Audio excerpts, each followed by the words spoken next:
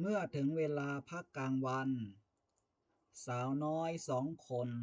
ชักชวนกันเดินไปยังโรงอาหารแต่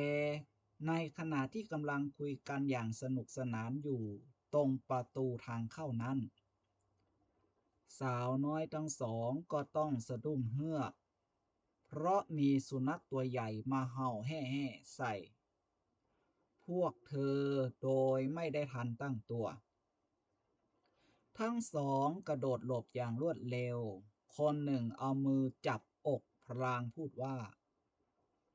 เกือบโดนมันกัดแน่อะไรกัน ไม่ได้ทำอะไรสักหน่อย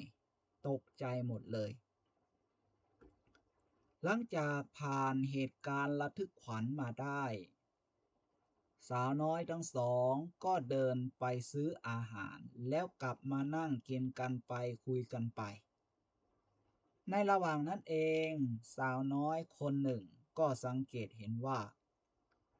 เด็กผู้ชายโต๊ะตรงข้ามกำลังมองเธออย่างสนอกสนใจทุกครั้งที่ก้มหน้าลงกินข้าวพอเงยหน้าขึ้นมาก็จะจ๊ะเอ๋กับสายตาของเด็กผู้ชายคนนั้นทุกทีด้วยความหงุดหงิดจนทนไม่ไหวเธอจึงเล่าให้เพื่อนที่มาด้วยกันฟังแล้วพูดขึ้นว่าเดี๋ยวเถอะอีตาคนนี้เดี๋ยวได้เจอดีแน่ไม่รู้ซะแล้วว่าใครเป็นใคร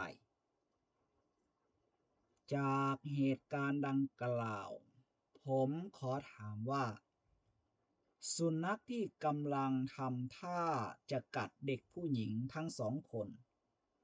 กับเด็กผู้หญิงที่ไปคอมเมนต์ใส่เด็กผู้ชายที่จ้องมองเธอนั้นทั้ง2 กรณีต่างกันหรือไม่อันที่จริงทั้ง2 กรณีนี้เหมือนกันคือยังไม่ได้ทันทำอะไรเลยใจก็ขุ่นขึ้นมาเองเสียแล้วเพราะอะไรเพราะนี่คือการสั่งสมความเห็นผิดมาอย่างยาวนาน